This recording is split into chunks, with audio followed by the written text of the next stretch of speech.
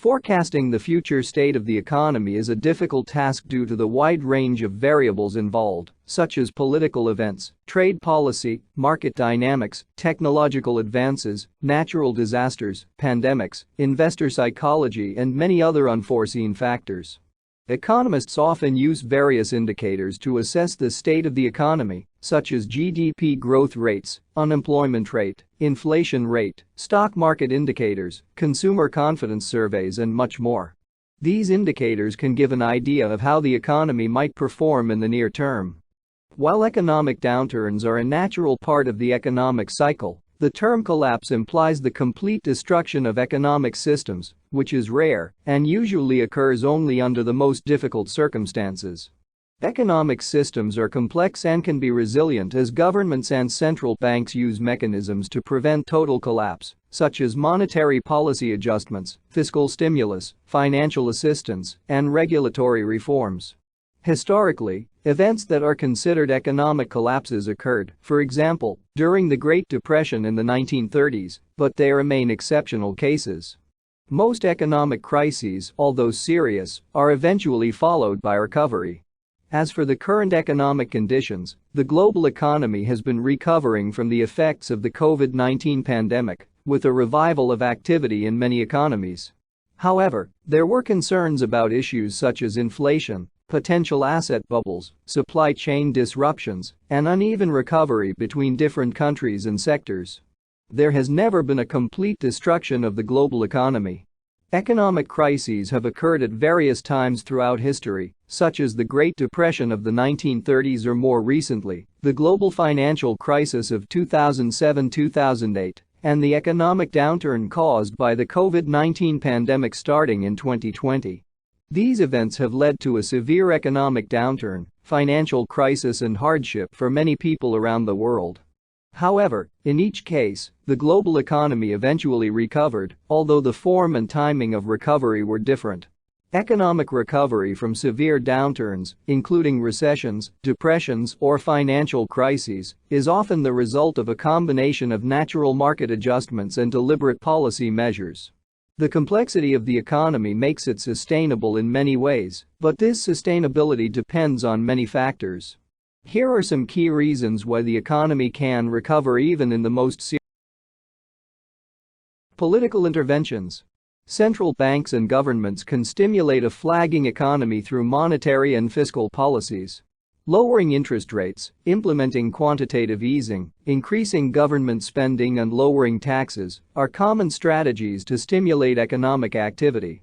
The dynamics of the business cycle. Economies naturally go through cycles of expansion and contraction.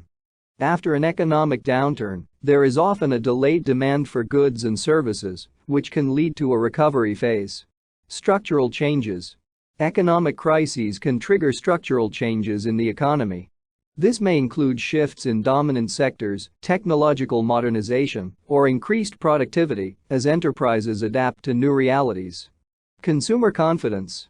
As soon as the immediate crisis subsides, consumer confidence usually begins to recover. As consumers become more optimistic about the future, they increase spending, which contributes to economic growth. The global economic environment. The global economy can also influence the recovery. A recovery in one country can lead to increased demand for exports from another country, helping to boost production and employment abroad. Innovation and entrepreneurship. Economic downturns often led to periods of increased entrepreneurial activity. New companies and industries may appear to replace outdated ones, filling the gaps left by enterprises that did not survive the economic downturn. Restoring the balance of supply and demand. During an economic downturn, inventory levels can be reduced and overproduction adjusted. As the market rebalances supply and demand, production eventually increases to replenish stocks and meet renewed demand. Financial sector sustainability. The financial sector often undergoes reform and becomes more resilient after a severe economic downturn. Stronger financial institutions are better able to support economic recovery through lending and investment promotion.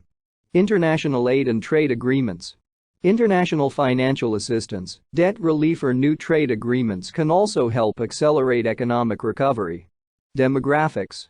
Demographic factors, such as a growing workforce or population, can also contribute to economic growth. Psychological factors. Often, the sheer determination of businesses and individuals to rebuild and succeed after an economic downturn can create momentum. Each recovery is unique and depends on current challenges and the specific causes of the economic downturn. The speed and intensity of recovery can vary greatly depending on the effectiveness of the response, the stability of the economic system, and external economic. The global economy is often described as growing in the long run, despite periodic recessions or recessions, for several reasons. Population growth. As the world's population increases, more and more people produce goods and services, and more people consume them. This demographic growth naturally tends to lead to economic growth. Innovation and technology. Technological progress contributes to increased productivity.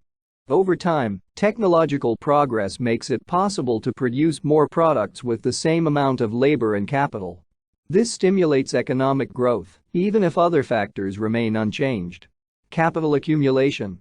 Investments in physical capital, e.g. factories and equipment, and human capital, e.g. education and skills, tend to increase over time, increasing the potential output in the economy. Global trade. Over the decades, international trade has expanded, allowing countries to specialize in the production of goods and services where they have comparative advantages, thereby increasing overall efficiency and economic growth. Financial systems. The development of financial markets and institutions facilitates the mobilization of savings for investment in productive activities, contributing to economic growth. Institutional development. As legal and institutional frameworks become more effective over time, they can better support economic activity, protect property rights, and create incentives for entrepreneurship and innovation. Recovery and stabilization policies. After economic downturns, governments and central banks often apply fiscal incentives or monetary easing to stabilize and stimulate their economies. These measures can counteract a recession and help put the economy back on a growth trajectory. However, it is important to note that economic growth is not always evenly distributed both within and between countries, and not all periods are marked by growth. Moreover, there are constraints to growth, including limited natural resources, environmental impacts, and social problems. In addition, traditional economic growth indicators such as gross domestic product (GDP) do not take into account all aspects of well-being, and therefore the pursuit of endless growth on a limited planet is the subject of ongoing economic, environmental, and